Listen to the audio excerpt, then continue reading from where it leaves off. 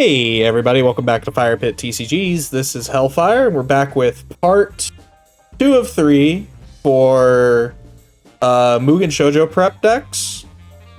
And once again, I am joined by Tetrus and Fatigued. As mentioned in the last video, Fatigued is one of our 4 Mugen Shoujo participants for North America. And Tetrus is a fellow judge and I'm going to say coach at this point. Sheesh. I'm learning from these videos from him. I pay attention to this game way too much. I don't even play it, but yes, here we are. Yeah, so this time around we're going to look at the next set. We just did P1, that's Recollect Selector, and now we're on P2, Loth Selector. And as I mentioned before in the previous video, this is the set that kind of broke Diva. Oh man. So we're going to start out with the most unbroken rig in this entire set. Ruuko. Yeah. Yeah, don't mind the 2 blank cards that are there, trying their best. It's just Haniel from the old days of Haniel. But this deck has not been faring well over the course of her release since Loth Selector. She has a very, let's say, unique game plan to her that doesn't really work in practice because the deck doesn't actually have a win condition back in the day. Like, the idea of Ruuko's gameplay in particular is you basically ignore your opponent completely by downing your own Signy, making them not really do anything for a turn, and then hopefully on the follow-up turn, if your opponent is unable to answer these down Signy that are also like kind of big, like above average sized in power, you'll be able to remove them off the field, and they get some kind of like efficient effect to try to get them to damage the next turn. TLDR, too long didn't listen. The deck's playstyle is Ruuko plays 1 turn behind the opponent on purpose in hopes of Ruuko being able to be a turn ahead of the opponent in tempo, like later on. It's very strange, and she's also unique in the sense that she runs 2 classes instead of 1. She runs angels and demons. So that's like, I don't know, we couldn't call that main character privilege or anything, but that is the kind of playstyle that Tommy gave to her. It's appropriate, but like it doesn't really work too well in practice. It's very, I do like the theming of it. It's just not good. And because she has 2 classes that she wields, she has 2 partner Signy that she wants to run 4 copies each of, so that's like, that makes her deck a little bit more simpler that way, I guess. She has Adam and Eve. Both of these are kind of like the main reason why this playstyle tries to work. They self-down themselves to generate some advantage, and then during the attack phase, if the demon sees the angel or the angel sees the demon, there's some neat little text that you can exploit by Ruuko being able to just generate resources on her own without the opponent being able to do too much about it. So for example, there's guard taxing and there's attack taxing on these 2 to make your opponent be able to do even less than you are.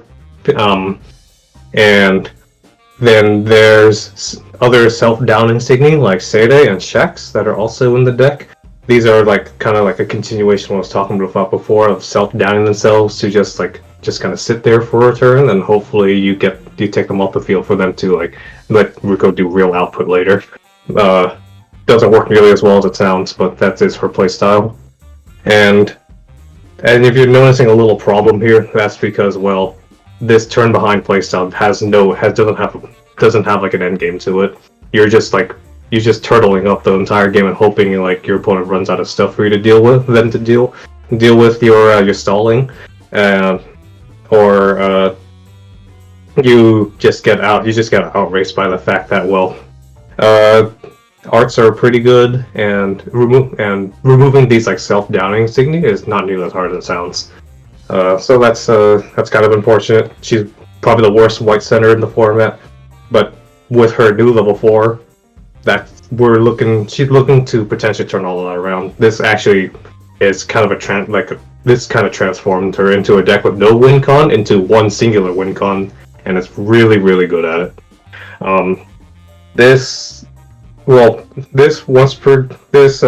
4 has a once per game that effectively lets Ruuko have a single turn of big lethal after downing all of her stuff to get the effects, and then she ups them back up to let them swing and deal the finishing damages when your opponent has nothing.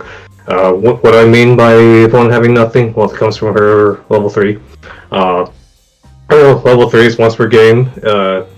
Is basically a hard reset in the game, but the main draw of this ability is that, well, even though Ruuko can't deal damage the turn she uses the ability, it deletes the opponent's enter zone, and it deletes the opponent's enter zone and puts their resources back at from the start. And them drawing 6 when they're down on hand is kind of scary, but the real draw is that they don't have enter, and the fact that you aren't able to damage them the same turn you use this LPG means you're not giving them enter either. So they're basically starting from square one when you do the turn pass, and the opponent's unable to do anything on their follow up because of what you did.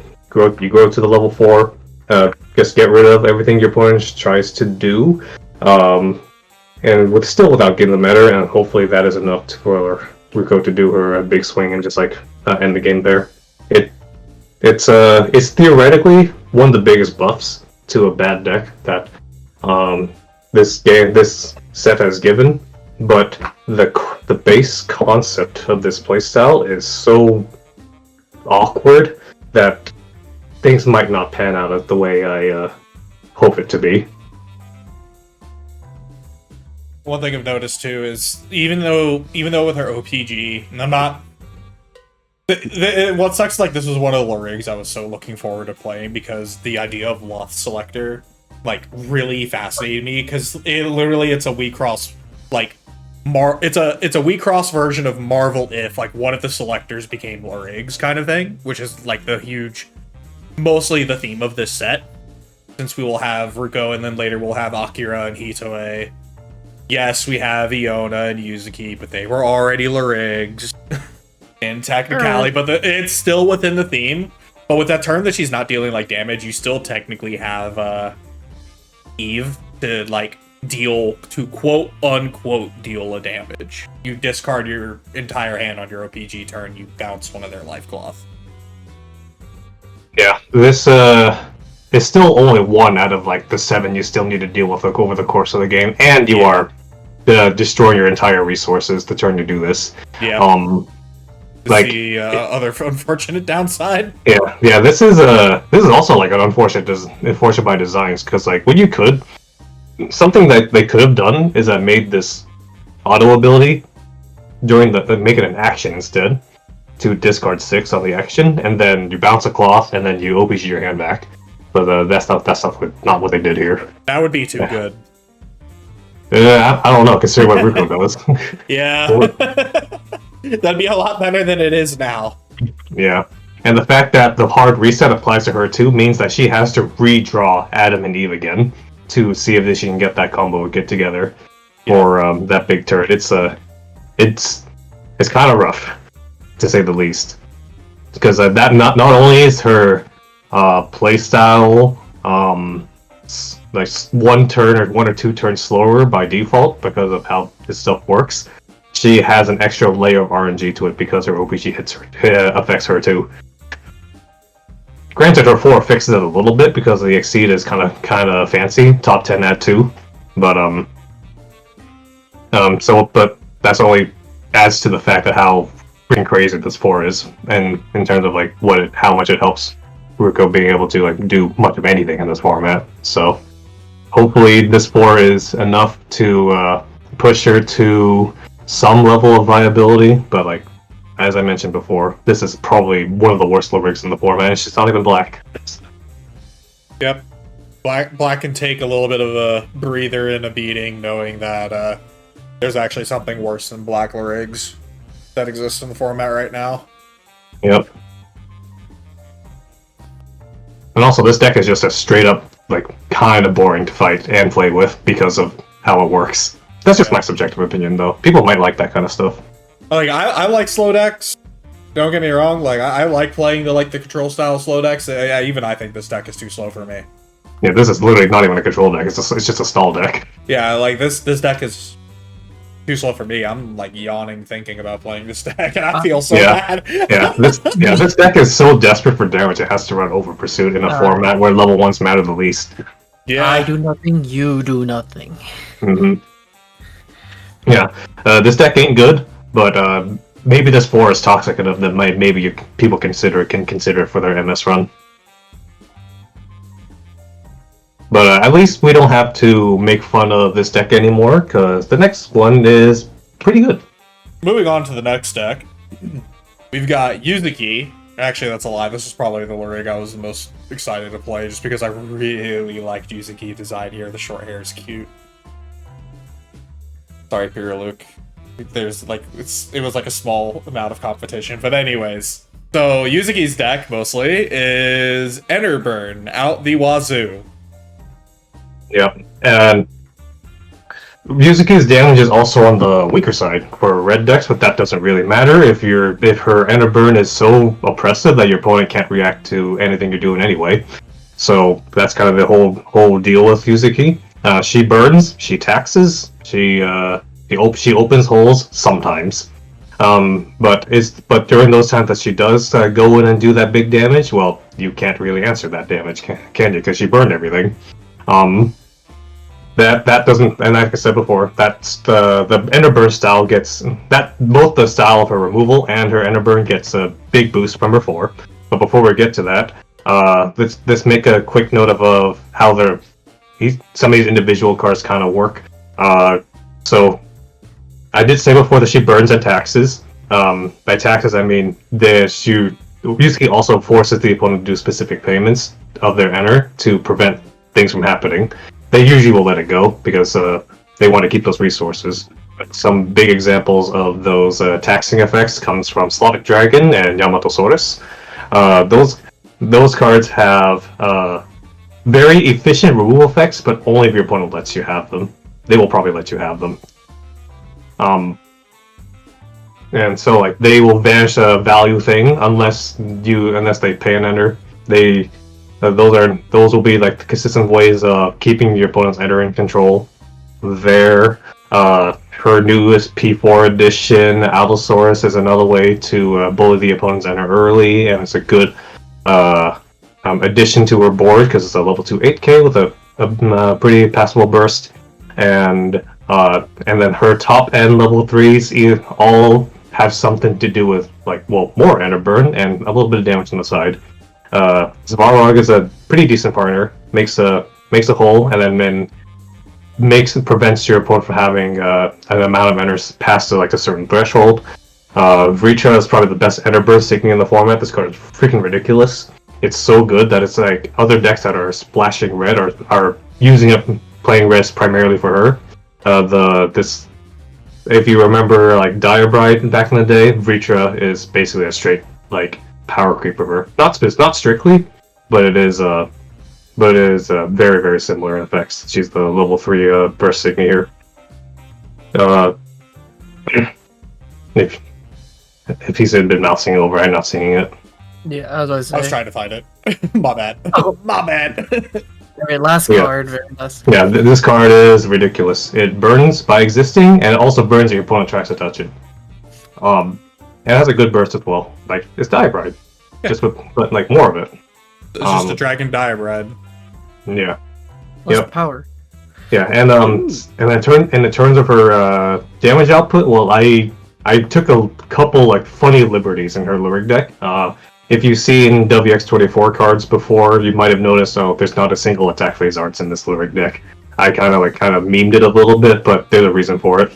Yeah, these are all main phase. These are all main phase arts, and they all have that one funny line of text that red decks love to do. Oh boy, my favorite. Target one Signy on your field and it gets Assassin, right? Oh, that's one of the two. People love it. Red also loves Assassin, but how would we just go down 2 choices on that art? 2 choices? Discard all cards in hand and then draw 4, right? Yeah. Well, that's also pretty good Oh, because yeah. you do get two choices after all. Yeah. Totally not crush one. It's totally not the fact that it's a crush one and then the burst doesn't activate. Mm-hmm. That's crazy. Yep, and it turns out there's 3 effects of that in this Laverick deck, because I just wanted to put them in, because it works in this deck pretty funnily well. The next one is Rivalry. This doesn't even need to crush, it sometimes just gives you an extra point of defense if you really need it. And it's in red-green, so that means her Memoria City actually pays for it perfectly well. It's a red-green card. Choose Yuzuki Memoria. That's convenient, it's a red-green dragon. I think it's a red-green dragon, right? It is though. It's the only green dragon in Diva. Oh, baby! Yeah, and it also sometimes burns. If you crush them down enough with your card effects, Yuzuki also burns them. Isn't that funny?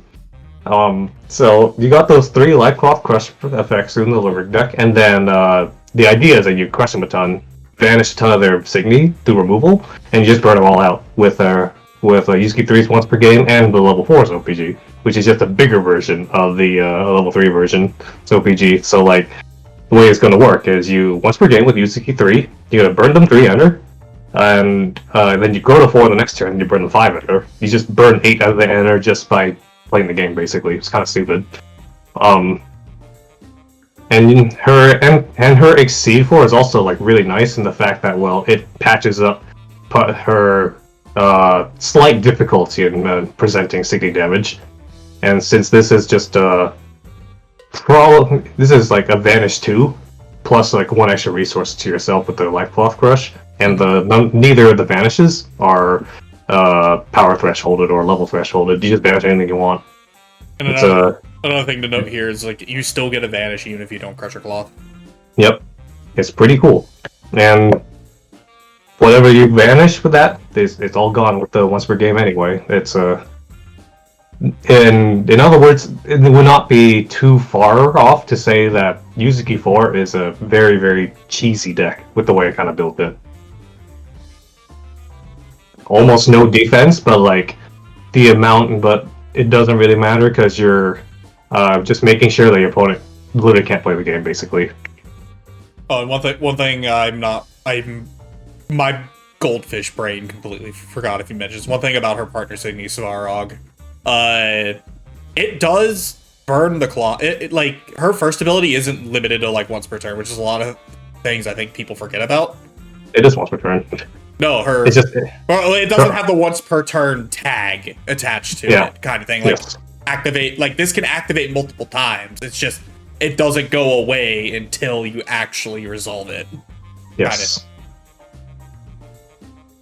So it's just really good attack phase and a removal too, because if you have 2 of these in open lanes and your opponents don't stop them, it's like, yeah, sure, they get the crushes, but they also don't get the enter anymore. Mm-hmm. Yeah, this deck is kind of funny. I can probably say this is probably the weakest red deck of the bunch, but like that doesn't mean you can't count it out because it's still doing the exact same stuff the red decks are doing. Crush all your cloth, deny you enter, beat you up really fast. What was the funny phrase? Gatekeep gaslight girl boss kind of thing. Well, I wouldn't call Yuzuki that, but the character. But you know, fair. Yeah. Fair. Yeah. That's the next character we're gonna talk about, or the next slur we're gonna talk about. Mm-hmm. So the next deck we're talking about, like I said earlier, this is the deck that does that. Akira. It takes my favorite class of Signy, Amusers, and gives them a very, very well done like resource or like hand rip package and everything. Like there's just so much good stuff about this deck and I love it so much, but I'd sit here and yap way too long if I'm allowed to. Remember what I said about Loth Selector kind of breaking Diva? Well, this is one of the decks that did that. Akira has been consistently one of the best decks in the format for quite a while, and I don't expect that to change at all for this this format. Well, she might get a little bit worse because her 4 is like kind of like on the average side of things, but it's still pretty good for her. But like her gameplay is still very oppressive. It's very bully. This is absolutely the most aggressive blue deck in the format, and yeah, it's very, very annoying to fight against because of her because of Akira 3's auto. That auto is not fair. I don't know why they printed that, but it's immediately just better Tama. Like, I'll go out and say it's better Tama. To an extent, yeah. It is effect damage, which means the opponent can't guard it. So it is a little conditional, but like if your opponent has any hand at all when you're playing this deck, yeah, you gotta work a little harder.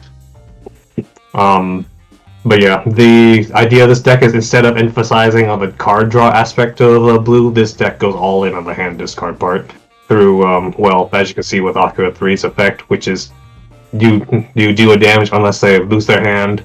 Per once per game, makes your opponent lose their hand. She has many copies of Random Drain effects in her main deck for spells. And she can grab them through the splashed in Apex Memoria to make to soften up the opponent's board as well. You might have noticed that a certain Signy from Tama's deck has come to make a second showing. This Signy is an amuser, because of course it is.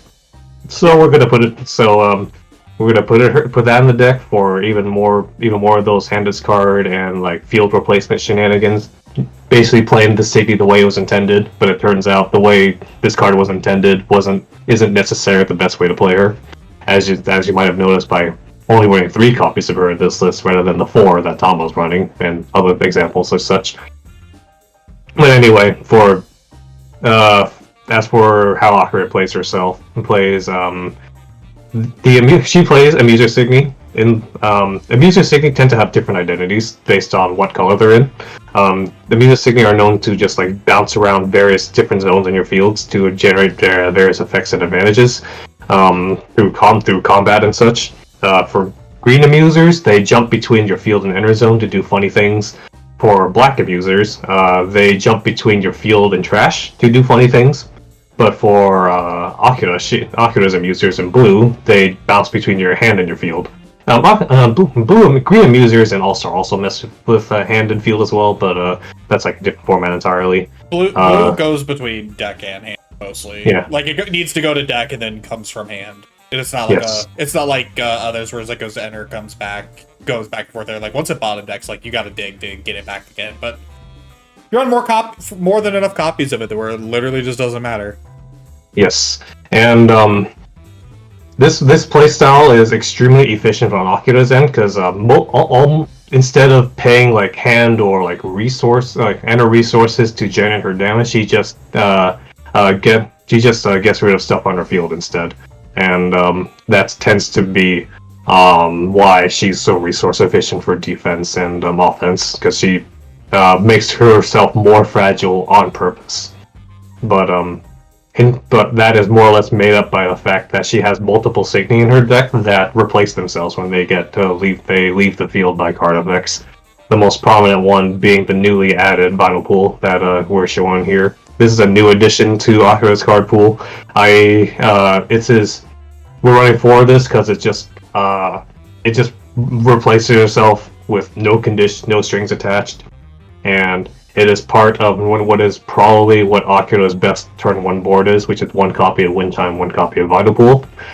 So that lets Wind Chime -5 something on attack for basically free.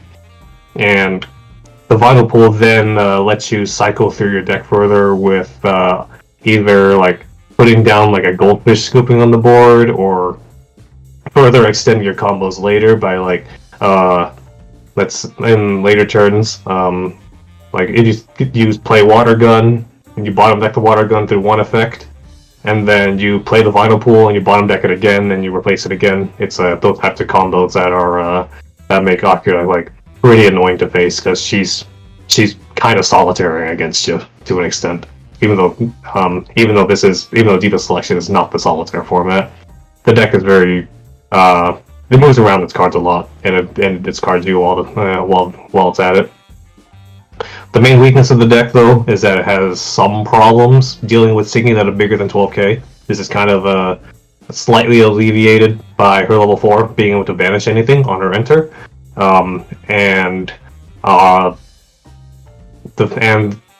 Apex Memorial also being the deck to add on additional minuses to the board beyond the minus 12k that Pen Spinning Mantle or Partner Signy does. So like 12 plus 8 is 20. That should answer most things on the board, right? So, and so that's kind of like how that's partially addressed. The level 4 is also like lets her do her discard plan a little bit better too, and lets her recover resources for her big turn. The draw 3 is actually like surprisingly very relevant here in a blue deck because there's actually not that many draw effects in this deck. But so the level 4 being able to just like refill your hand on the spot and generate whatever board you want, and then hand ripping the opponent all the same. Well, just doing your normal game plan. It's good.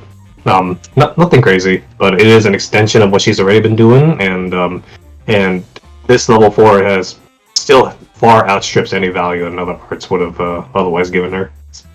So absolutely, yeah. My main concern, though, is, well, as I mentioned before with talking about Ruuko in the previous video, this deck's defenses are almost entirely blue now. Are entirely blue. That's been the case before too. But her best defenses are frozen. She's very light on the defenses in order to like better supplement her game plan. So all she has is Frozen Gear and Ice Arrow. They're very cheap and efficient, but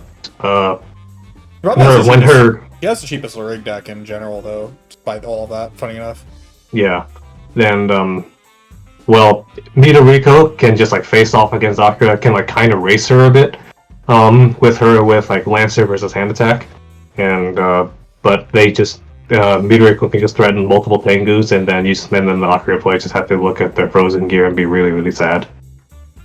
Yeah, that's the only downside. Literally, like, one card can counter this entire deck, basically.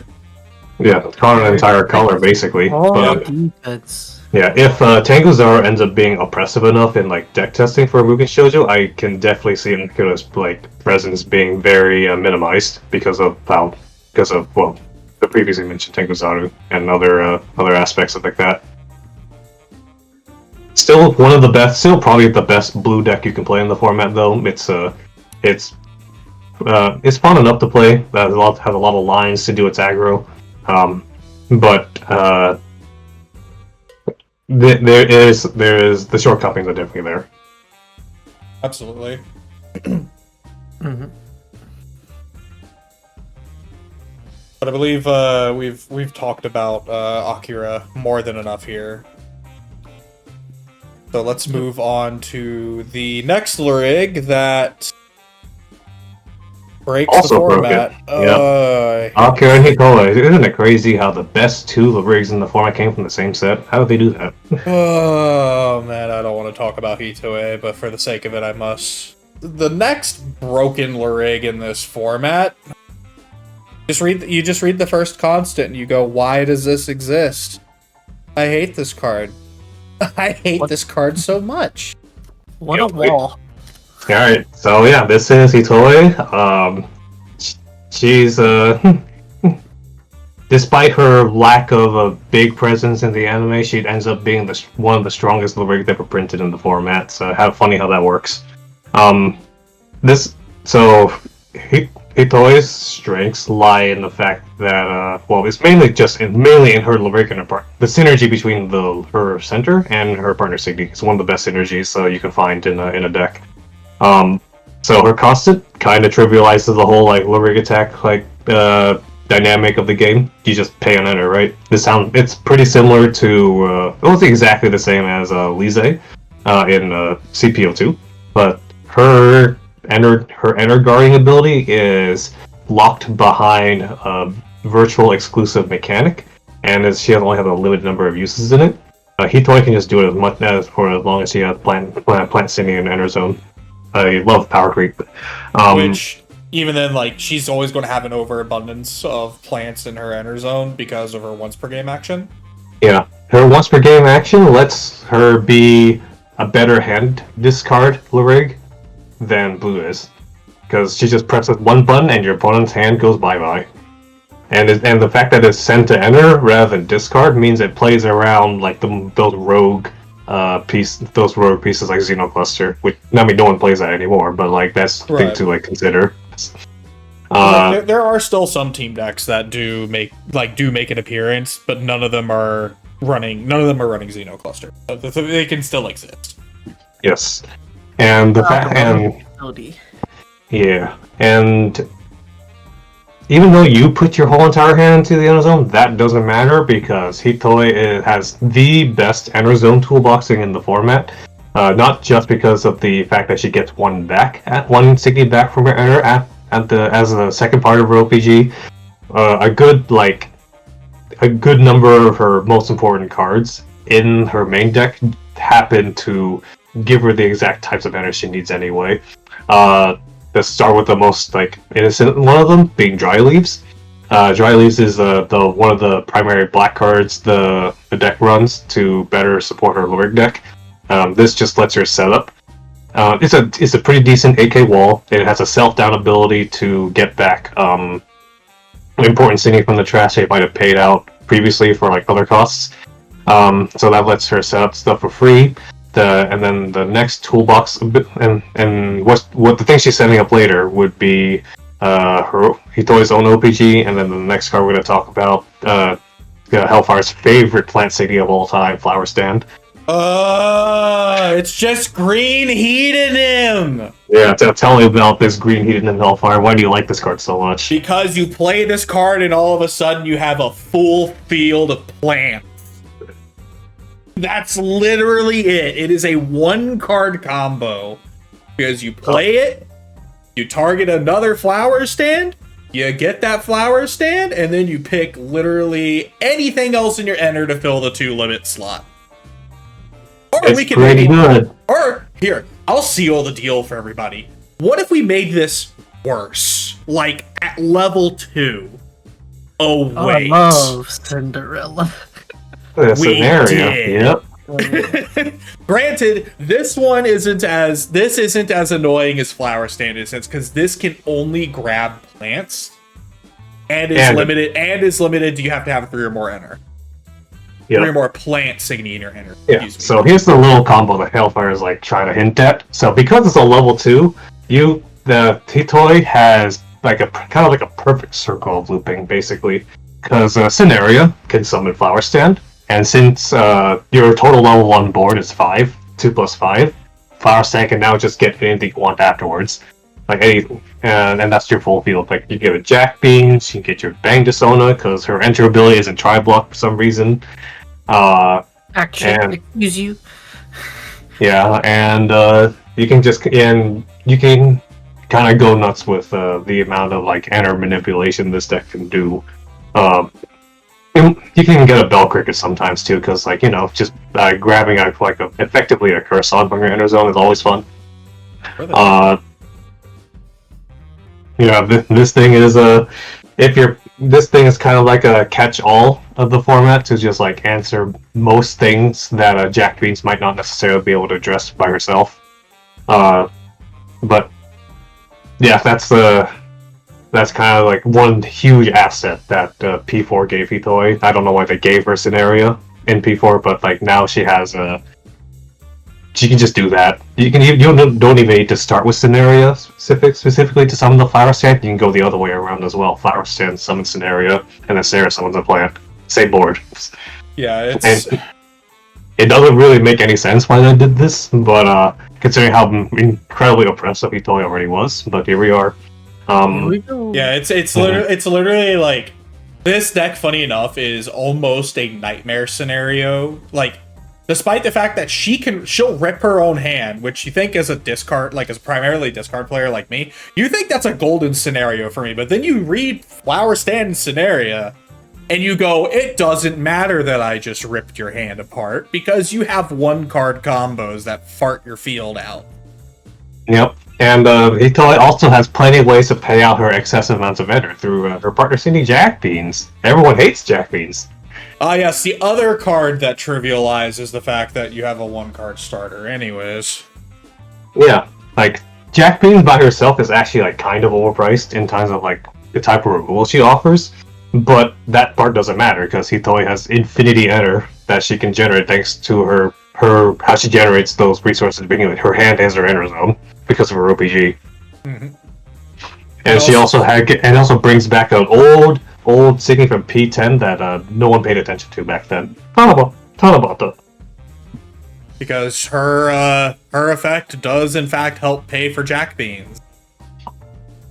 Yeah, and she also happens to be a plant. Very funny. Yeah, just casually is like, oh yeah, what would make this better? The fact that we don't have to have 8 cards in our enter to wipe our opponent's field? Absolutely send it. It's perfect. I don't know what I don't see the problem here. It's great.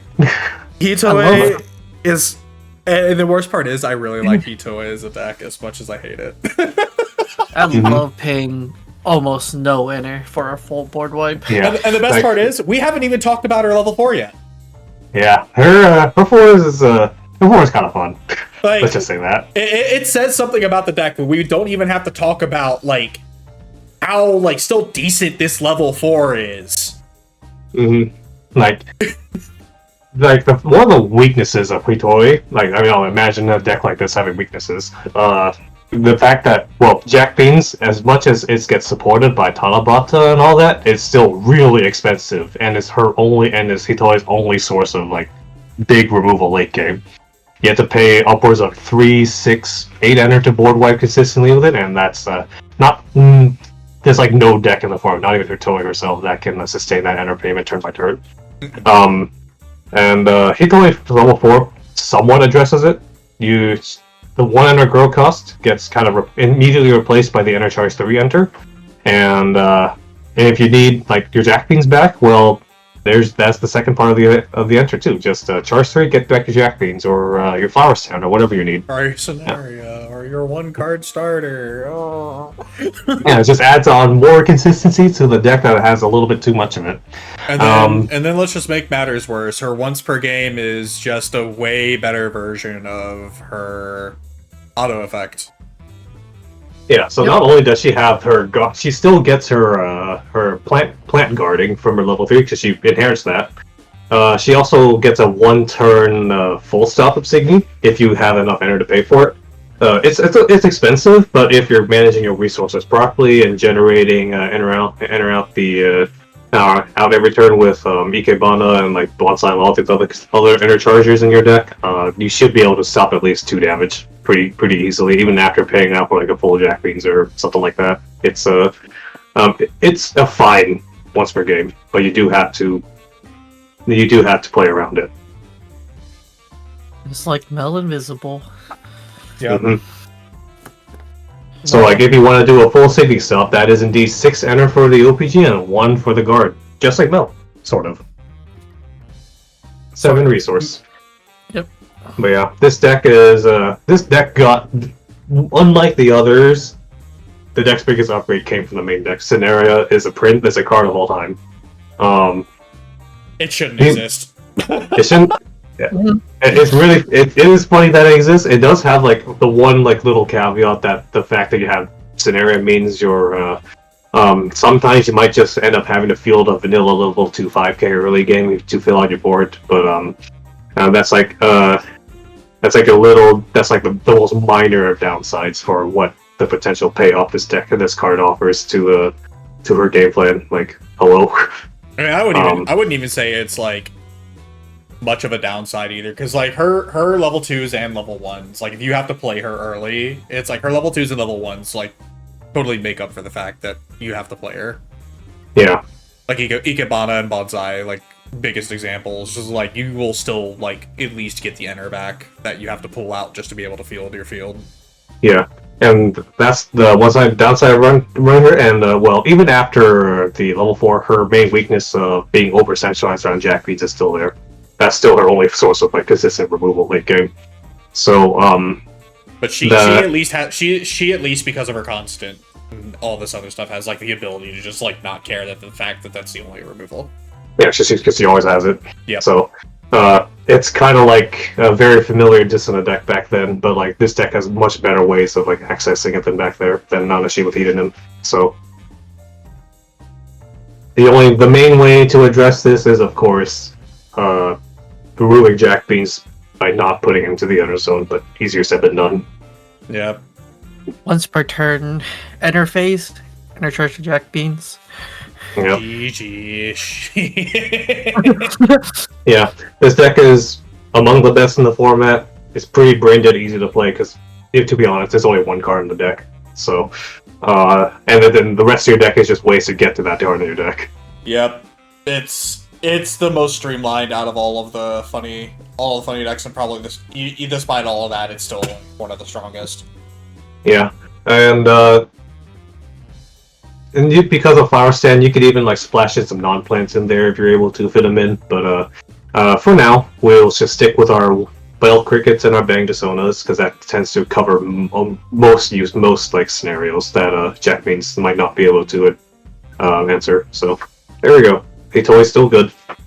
This and Akira will be two of the decks we'll be testing extensively because of how known they are in terms of like, their strength. Mm-hmm. And moving on to the last but not least, probably the better of the black decks. It's Time Fatigued. Time It's Fatigued. my favorite. Yep, I'll let you talk about it even. Alright, Fatigued. The floor is yours. Your wife is on stage. Go ahead and yap. Yeah. So one of the last lorries that came out from the PT set, Iona, which is obviously my favorite. So a lot of things that happened a lot with this. Let's go over the first few things. Is black's still not a good color. We could say that, but this deck can shout out some interesting wins because the whole mechanic within this deck is to rearrange your opponent's board and to minus them on the rearrange, which dodges a lot of. Well, I mean, you can kind of see the Signy in there. Exia does dodge Exia if they are playing Exia. But basically the entire game plan is her using Labyrinth Signy to create a disturbance of minusing to get rid of your opponent's board with, if mostly possible, 0 to no enter. Basically, Iona loves plays zone control. Yeah, basically. Just plays a lot of zone control. We go over to our partner Signy Louvre. Not the AS one, but you know. Basically, it's a bunch of minuses in the zone it's in, or if anything gets moved with Labyrinth. And it's also an archetypal, another rearrange for free, which this deck has a lot of. And then you get to see another funny card, a very old card, Giropon, which is a set 3 card. Because who knew that more minusing and being a Labyrinth is a thing in this deck, right? Also, it also helps during the opponent's turn where it does do a move and does soften up a lot of the boards that your opponent does if they don't play around this Signy alone. Yeah, so that's like kind of a quick little rundown on Iona's properties. But he did mention of the deck being able to play around Exia. Well, that's mainly because the rearrange abilities of this deck, from Louvre and like Kiyosuke and all these other nice things, they don't target. They just say, "Oh, you just mess with your opponent's board as much as you want," and none of it targets. And this is further continued by her support SR from P3, Great Wall. This card is really funny, but not necessarily like thematic towards Iona's like zone control. It just happens to be the best black removal Signy in the game. Anything that is in front, that is on attack, anything that is in front of her gets just becomes 0, non-targeting. Yep. That gets around things like minus immunity, targeting, all these other things. It's a very amino acid. Yeah, it does. It's a good card, but it doesn't actually help Iona's weaknesses. It's just an extension of what she's already good at. The deck, the playstyle is pretty cool. it's a very different approach to black. Because despite black being a bunch of minusing and targeting, this deck gets rid of the targeting part and replaces it with just trolling your opponent's board and like being playing a little bit of like a control style with Iona's zone control OPG and being able to play more defensive cards like Exia and Velcricket. It can even be kind of funny that you can be kind of funny with like how your opponent restricts your opponent from playing Signy straight into her zone, and that like that's just part of the whole thing, right? So, but the weaknesses of this deck has almost no ways of generating long-term resources, and as a result, this deck can gas out really, really quickly against discard and enter burn and all this stuff. Despite none of her removal really costing enter, she still has to pay for her arts, right, to defend herself, and to grow and like to pay for like great walls and stuff like that. Yep. Then After a bit. yeah, this deck has almost no economy, and the P4 and P3 did almost nothing to help that. Her best Signy to generate resources long term is a level 2 Signy that she got from her lost set Abake. And this card isn't even that good. It actually minuses on resources to even use it. Yeah, you minus 1 to put a Signy into your hand, basically. Yeah, it ain't good. But and another weakness too is that like she doesn't actually have that much rearrange effects in her main deck, but like after P4 gave her Night Tunnel, that kind of fixes it. So Night Tunnel's a good card. Yep. It's drawn by a really good artist. Mm-hmm. In color rearrange, we always appreciate it. Yeah. Oh yeah. And then the other weakness that Iona has, she does not have a mill plan. She's a very when it comes down to it, she is just a very vanilla minus your opponent's field turn sideways deck. Honest. Make everything 0 turn sideways. She doesn't have a mill or refresh plan, which means she will be pretty consistently outpaced by other colors that have an external damage source, like red having crush cloth effects, white having restands, etc. Iona doesn't have any of that. She has some, so like whatever. It's very much what you see is what you get type of deal, and her level 4 didn't really change much of that. Like it's a decent 4 defensively, but it remains to be seen if this actually like does enough for her to like justify the 4th slot. This is a really weird 4. Yeah. This 4 is pretty interesting when I first saw it as well, especially with the OPG. So generic exceed 4 on enter, grab anything for trash. It's basic. It's nice to have. It's just grab anything, redo whatever you need. The OPG on the other hand is pretty interesting, which is basically you choose a zone and then gets permanent -3 for the turn, but the rest of the during your turn and your opponent's turn after, the zone becomes unusable. Similar to like Twinkling Eyes, right? The zone is gone. Twinkling Eyes, Mew, OPG. Well, Mew OPG doesn't permanently remove it, but chances are your opponent can't afford to pay 5 for it. So yes. Yeah. So this OPG is kind of double duty. It guarantees the hole for the next follow through your next turn, and it reduces 1 Signy damage on the opponent's side because they can only fuel 2. It's a decent OPG. It's thematic, but it doesn't really save her. It just makes her game plan identity more like solidified. It's an okay 4. Yeah, it solidifies the entire game plan. It's just an extension of the game plan versus just adding on to it. Yes. It's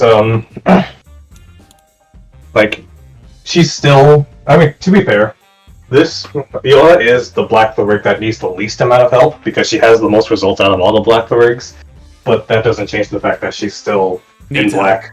Yeah. She still needs help. That's even considering that too. Like her main, like even looking at it like her art stacks, like there wasn't even anything that could like strengthen her arts deck. Yeah, That came her out arts deck, recently.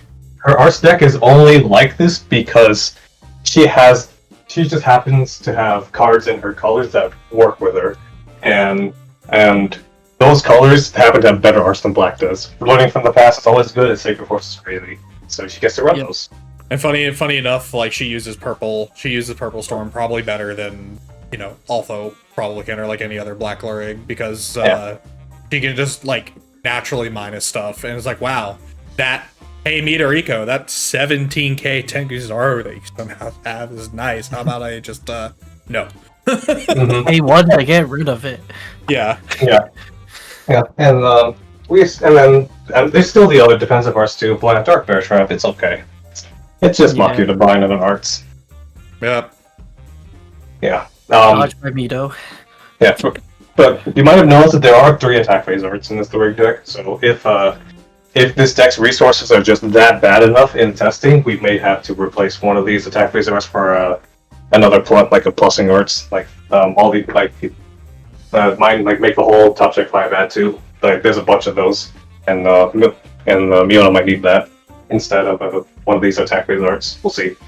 Yep. Or remains to be seen if we even like consider this deck for the running in the MS tournament. So either way, Iona's not in the good spot, but it can be a lot worse. Mhm. Yeah, it very much could be a lot worse in that case. Yeah, and that should be it for Loth Selector. There were five rigs in here, but it really does feel there's only 2 of them. Yeah, it's literally just Hitoe and Akira, and the rest are just kind of there for a ride. Yuzuki is like really much better of an honorable mention, Yeah. but Yes. this set was very much here's Akira, here's Hitoe. Who are these other 3? Mm-hmm. Yeah. Yep. That rounds it out for that set. There's one more after this for Reversal Selector, which is kind of an extension of Loth in terms of like characters for like selectors turning to the rigs and all that. There's going to be a very interesting discussion we'll have for one of those rigs. We're kind of excited for. Yeah, like we said before in the previous video, let us know on your thoughts on this analysis for this set of rigs. Put in the comments. We'll have a look, and then we'll try and talk. We'll try and get to you for responses, and who knows? Maybe your insight can also influence what our North American MS players might take to the big event. Don't tempt me with a good time. I would bring this. I would bring this. Yeah. For the current record and testing, the Fatigue tested one singular game playing not this deck, and then that indirectly made him realize, wow, Iona doesn't really do all this, huh? There's a lot of things that to be seen. Mm-hmm. But But yeah, anyways, that's it. that's it for the vid. Thanks everybody for watching. Don't forget to like, comment, subscribe, and we will see you all in part 3 next.